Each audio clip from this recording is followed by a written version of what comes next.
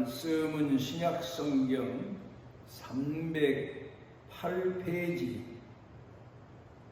갈라디아서 6장 6절부터 10절까지 봉독합니다. 가르침을 받는 자는 말씀을 가르치는 자와 모든 좋은 것을 함께 하라. 스스로 속이지 말라. 하나님은 업신여김을 받지 아니하시나니 사람이 무엇으로 심든지 그대로 거두리라. 자기의 육체를 위하여 심는 자는 육체로부터 썩어질 것을 거두고 성령을 위하여 심는 자는 성령으로부터 영생을 거두리라. 우리가 선을 행하되 낙심하지 말지니 포기하지 아니하면 때가 이름에 거두리라. 그러므로 우리는 기회 있는 대로 모든 이에게 착한 일을 하되 더욱 믿음의 가정들에게 할지니라.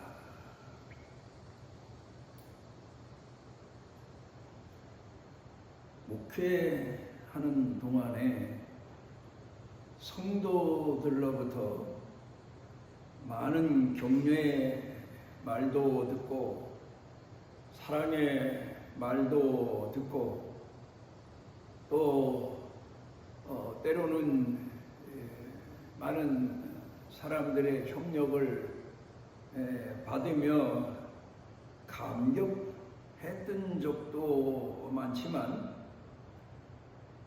그 중에서 제가 앞으로 이 세상 떠날 때까지 잊지 못할 말 한마디가 있는데 참 교회를 위해서 충성을 하셨습니다. 온 가족이 충성을 했습니다. 그리고 목사인 저를 위해서도 그렇게 잘할 수가 없었습니다. 그런데 그분이 제가 은퇴하고 난 후에 저를 찾아와 만나서 하는 얘기가 내가 교회와 목사님을 40여 년 가까이 섬겨왔는데 이 지경이 됐습니다 하는 말을 할 때 얼마나 큰 충격을 받았는지 모릅니다.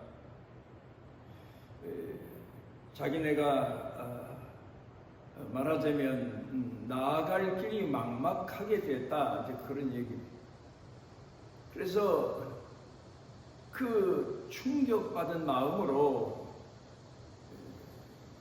월, 화, 수 3일 금식하고 또 그 다음 주간에 월, 화, 수 3일 금식하고 그 가정을 위해서 또 그 다음에 세 번째 월, 화, 수 3일 금식을 했더니 하나님께서 물론 기도하도록 저를 권고하셨고 붙들어 주셨기 때문인데 그 가정이 나아갈 길을 열어 주셨던 적이 있습니다.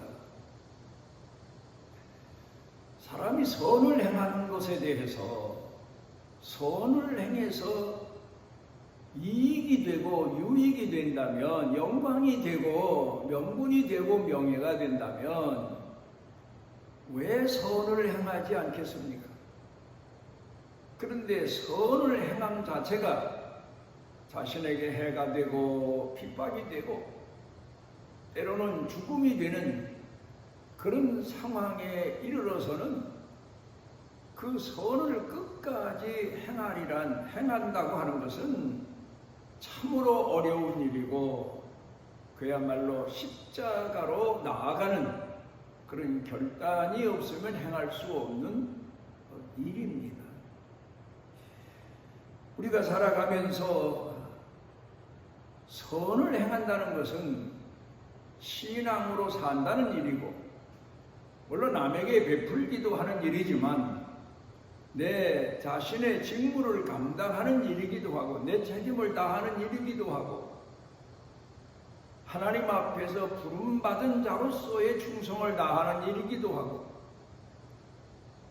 또 믿음을 가진 자로서 어려운 상황에서도 낙심하지 아니하고 끝까지 주를 섬기며 주께 나아가는 믿음을 가지고 사는 것, 그게 선을 행하는 것이라고 말할 수 있겠습니다.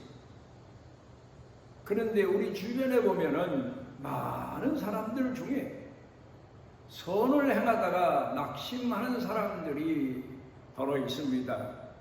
제가 모르는 가운데 낙심지경에 이르렀던 사람들도 많겠지요. 저도 목회하면서 크게 2번이나 낙심했던 적이 있는데 그때 목사가 낙심지경에 이르면 방법이 뭐 있겠습니까? 성도들도 마찬가지지만 하나님 앞에 금식하거나 철야하거나 성전을 떠나지 아니하고 하나님이 해결해 주시기를 위해서 기도하는 길 방법밖에 없지 않습니까? 그래 한 번은 기도하는 중에 제가 꿈을 꿨더니 허허벌판 중간에 있어서 내가 어디로 가야 할지 무슨 일을 해야 할지 모르고 당황스러워하는데 발밑에서 무슨 꾸룩꾸룩한 소리가 나서 뭔가 하고 보니까 샘이 솟는 겁니다. 그런데 그 샘이 보통 샘이 아니고 피샘입니다. 그러더니 그 물이 고이더니 고를 따라서 흐르는 겁니다. 제가 그 흐르는 피물을 따라갑니다. 따라가다 보니까 이 핏물이 점점 넓은 곳으로 흐르더니 급히 흐릅니다. 막 헐레벌떡 뛰어서 쫓아갑니다.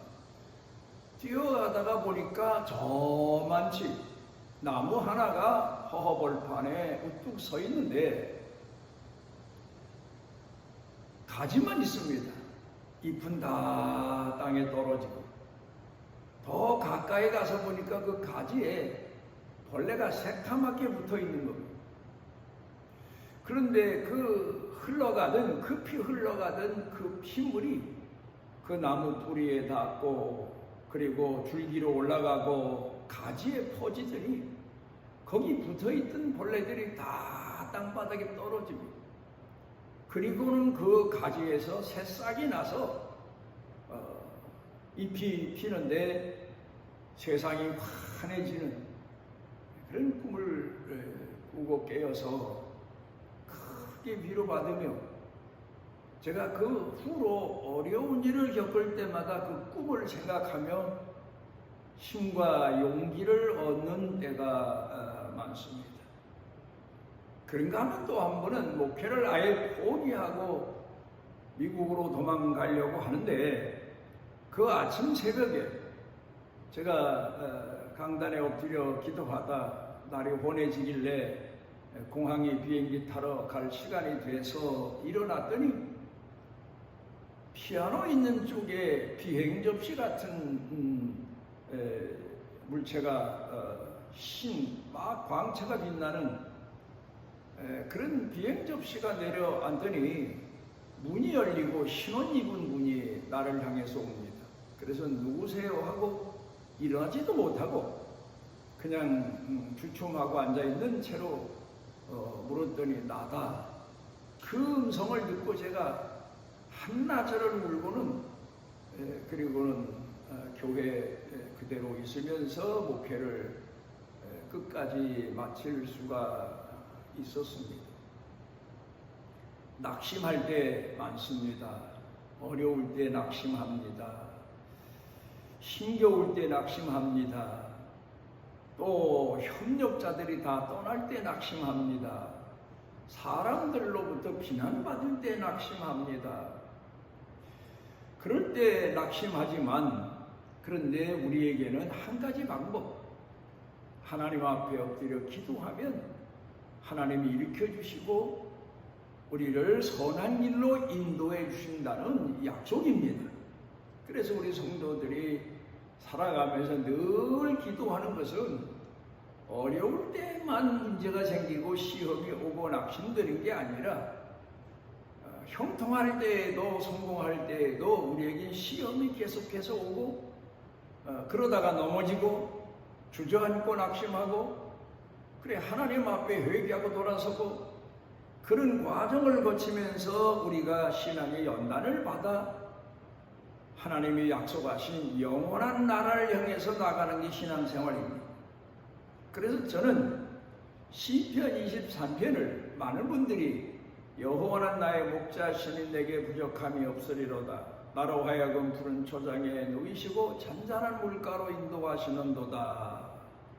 1절, 2절을 그렇게들 좋아한다고 합니다마는 저는 물론 그 말씀도 좋아하고 또 하나님이 그렇게 내 사는 생애 동안에 푸른 초장 잔잔한 물가로 이끌어 인도하신 적도 수없이 많이 기억되지만 그 다음 3절입니다. 내 영혼을 소생시키시고 자기 이름을 위하여 그의 길로 인도하시는도다. 내 영혼이 낙심될 때가 많고 핍절할 때가 많고 힘겨워할 때가 많은데 소생시킨다는 그 말씀입니다. 그리고 4절입니다. 내가 사망의 음침한 골짜기를 헤맬지라도 거기서 해받음을 두려워하지 않는 것은 주께서 나와 함께 하시리라. 그 구절입니다. 시편 23편 중에서 저는 3절과 4절을 제일 좋아합니다. 물론 다 좋은 하나님의 말씀이지만 마음에 닿습니다. 내 영혼을 소생시키시고 자기 이름을 위하여 의 길로 인도하시는도다. 내가 사망의 음침한 골짜기를 헤맬지라도 해받음을 두려워하지 않는 것은 주께서 나와 함께 하심이라. 주께서 나를 건져주시기 때문이다. 그런 믿음을 가지고 살아갑니다. 창세기 16장 5절 가운데 보면은 아브라함의 아내 사라는 그렇게 남편을 하나님 섬기듯 지극정성으로 섬긴 대표적인 인물입니다. 그런데 그렇게 남편을 섬기며 갖가지 고생을 다 했습니다. 그러다가 자녀 문제로 인해서 자기가 어린아이를 출산하지 못하게 된 줄로 알고 그러니까 여자로서는 여자로서 아이를 잉태하지 못하게 된 줄 이제 알고 그리고는 여종을 자기의 몸종 여종을 남편에게 주어서 후사를 보게 하려고 했더니 하간이라고 하는 몸종이 그렇게 주인 앞에서는 눈치 빠르게 여주인을 잘 섬기더니 주인의 아브라함의 어린 아이를 잉태하고 난 후에는 교만해져서 그 여주인을 무시하고 그런 아마 날이 시작된 것 같습니다. 그러자 사라가 남편에게 아마 평생에 한 번 그런 푸념을 했던 것 같습니다. 내가 받는 모욕은 당신이 받아야 마땅합니다. 내가 내 몸종을 당신 품에 두었더니 저 아이가 잉태했다는 것 때문에 나를 무시하고 멸시합니다 하면서 낙심지경에 이르렀던 고백을 우리가 볼 수가 있습니다. 우리가 선을 행하고 누구를 섬기고 하나님을 공경하고 이웃 사람들을 이끌고 돌아봐 주다가도 낙심할 때가 있고 이런저런 일로 피곤할 때가 있고 지칠 때가 많고 가정사에도 낙심지경에 이를 때가 참 많죠. 오직 그 문제의 해결 방법은 하나님 앞에 하나님의 도우심을 갈망하며 기도하는 길밖에 없습니다. 하나님은 그 아브라함의 가정을 권고하셔서 결국 하나님은 사라를 통하여 약속의 아들 이삭을 주시게 됐고 그 후계가 이어져 가는 축복을 주셨습니다. 그런가 하면은 창세기 30장 1절로 가서 보게 되면 야곱의 아내, 물론 나중에 내시겠지만 두 아내를 얻게 됐는데 외삼촌 집에서 레아라고 하는 큰 언니와 라헬이 있는데, 레아는 어린아이를 출산하기 시작하는데 라헬이, 동생 라헬이 어린아이를 출산하지 못합니다. 원래는 야곱이 그 라헬을 사랑해서 외삼촌 집에서 장가 가게 됐는데, 그것과는 상관없이 어린아이를 출산하지 못하니까 기다리고 기도하다가 아마도 그 라헬이 낙심이 됐을 때에 남편에게 푸념을 했던 것 같습니다. 내게 자식을 낳게 하라. 그렇지 않으면 내가 죽을 거다. 여자로서는 모진 소리일 수밖에 없지요. 남편 앞에서 내가 죽겠다. 그런 이야기를 한다는 것은 하나님이 나중에 권고하셔서 요셉과 베냐민을 낳게 됩니다마는, 우리가 가정사를 통해서도 낙심지경에 이르러서 서로에게 원망할 때가 있고 불평할 때가 있고 후회할 때가 있고 한탄할 때가 있습니다. 그럴 때에 우리는 그것으로 끝낼 게 아니라 하나님 앞에 마음을 쏟아서 기도해야 된다는 사실입니다. 이제 예수님을 세상에 소개한 세례 요한에 대해서 생각해 봅니다. 세례 요한은 말라기 3장 4장에 보게 되면 앞으로 엘리야가 나타나서 이스라엘 백성들을 권고할 거고 그들을 인도할 거다, 뭐 그런 예언을 말라기 선지자가 했습니다. 그런데 이제 때가 되어 세례 요한이 나타나서 하나님의 말씀을 회개를 외치는데, 그때 서기관들은 저 말라기서에 예언되어 있는 엘리야가 온 거다, 이제 그렇게 생각들을 하고 그 얘기가 제자들에게까지 알려졌습니다. 예수님께서 변화산상에서 변화하신 다음에 마태복음 17장에 보면 내려오셨는데, 그때 제자들이 여쭤봅니다. 엘리야를 자기네가 봤거든요. 모세, 요한,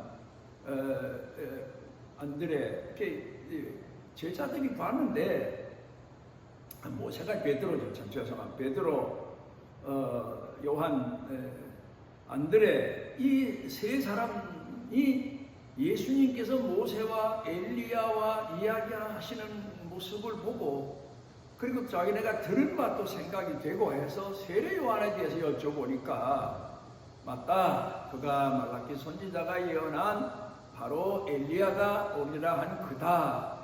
그런데 그는 여자가 낳은 자 중에 제일 큰 자다. 마태복음 11장에서 그렇게 세례 요한에 대해서 예수님께서 말씀을 하십니다. 그런데 이렇게 성경에도 예언된 사람이고, 그런 엘리야가, 승천한 엘리야가 하늘에 있다가 도로 내려와서 세례 요한이 됐다는 말은 아니에요. 엘리야 같은 사람이 또 나타나리라, 그런 예언의 말씀이죠. 세례 요한을 두고 한 말이죠. 예언이죠. 그런데 세례 요한이 사람들이 너는 누구냐 하고 물을 때, 너는 엘리야가 오리라 했는데 엘리야냐 그랬더니 아니다, 나는 그냥 광야에서 외치는 소리일 뿐이다. 낙심, 자기가 자기 자신을 낮추어서 사람들에게 자기 자신은 그냥 광야에 외치는 소리다.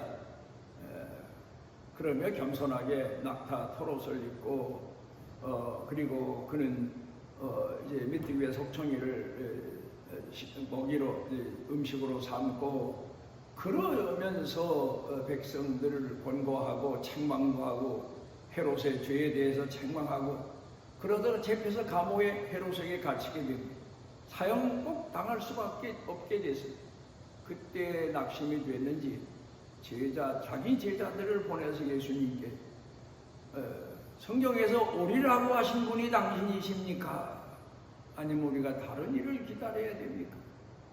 아니, 예수님을 세상 사람들에게 소개하며 하나님의 어린 양이라고 할 때는 언제고, 낙심이 되니까 정말 예수님이 오실 분이 오신 건가? 내가 이 지경이 됐는데도 엘리야는 많은 어려움을 당하다 결국 승천했는데 아합 왕과 싸우다가 그가 결국 승리했는데 나는 이게 뭔가 아마 그런 지경에 대해 낙심이 됐던 것 같아요. 그러자 예수님께서 그 세례 요한이 보낸 제자들에게 죽은 자가 살아나고 병든 자가 고침받고 그러면서 가서 그 얘기를 너희 선생에게 전해라. 메시아가 아니면 예수님이 아니면 이런 일이 일어날 수 있겠느냐 해서 세례 요한이 감옥에서 잃었던 용기를 다시 되찾고 순교를 당했던 것 같습니다. 엘리야도 얼마나 성령과 말씀에 충만한 사람입니까? 엘리야야말로 세례요한처럼 약대 털옷을 입고 그리고 가죽띠를 띠고 그러며 산 걸 보면 아마 사람들 사는 가운데서 살기보다는 세례요한처럼 광야에 나가서 살지 않았나. 그래서 광야 생활도 익숙하고 가뭄이 왔을 때에 그리 시냇가에서 까마귀가 물어다주는 모기를 먹어가면서 견뎌보기도 하고 그러다 결국 가뭄이 계속되니까 이 시돈 땅 과부의 집에 보냄을 받아서 거기가 있는데 그 여인이 참 믿음 좋은 사람입니다. 그런데 엘리야는 섬기다가 자기 아들이 병들었는데 죽은 거예요. 그러니까 이 여인이 푸념을 하는 겁니다. 왜 내게 오셔서 내 죄를 생각나게 합니까? 그러니까 내가 당신을 섬기면서 마음고생을 많이 했는데 아마 그 죄 때문에 하나님이 내 아들을 죽이신 것 같습니다. 아마 그런 푸념 같아요. 그러자 엘리야가 그를 위해서 기도했더니 다시 살아나서 그 여인이 믿음을 회복한 그런 내용도 나옵니다. 열왕기상 17장, 18장, 19장 쭉 내려가면서 21장까지 보게 되면 결국 갈멜산에 이세벨과 아합 왕이 후원하는 아세라 목상을 섬기는 선지자들 그리고 또 그들은 이제 바알신을 섬기는 선지자들 바알신을 섬기는 선지자들 450 아세라 목상을 섬기는 사람들 400 다 모아놓고 살아있는 신의 대결을 해서 결국 엘리야가 승리하게 되고 그 사람들을 전부 끌어다가 그 몰려온 군중을 동원해서 다 돌로 때려 죽이게 합니다. 이 일로 인해서 이세벨이 이를 갈며 내가 엘리야를 잡아 죽이기 전까지는 먹지도 않고 마시지 않겠다. 그리고 군대를 풀어서 동원해서 엘리야를 쫓으니까 광야에 나가서 엘리야가 낙심이 됩니다. 그래 보면은 그가 하나님 앞에 부르짖어 기도하기를 이제 이만하면 됐습니다. 내 생명을 취하십시오.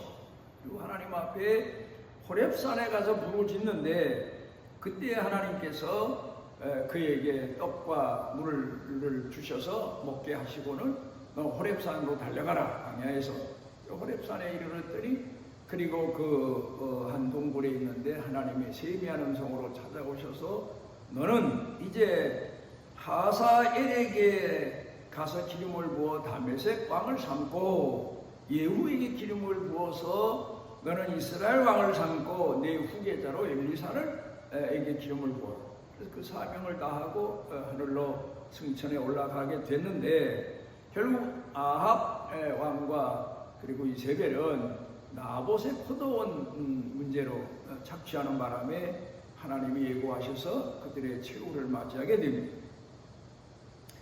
큰일 나는 사람도 낙심할 때가 있고 평범한 사람도 낙심할 때가 있지만 그때 회복하는 걸 보게 되면 우리 신앙인에게는 하나님의 손길이 닿아서 우리를 이끄시고 인도하시고 회복케 하신다는 사실을 우리가 이 시간에 마음에 새겨두어야 될 겁니다. 오늘 성경 본문 말씀에 갈라디아서 6장 9절에 선을 행하다가 낙심하지 말지니 포기하지 아니하면 때가 이름에 거두리라.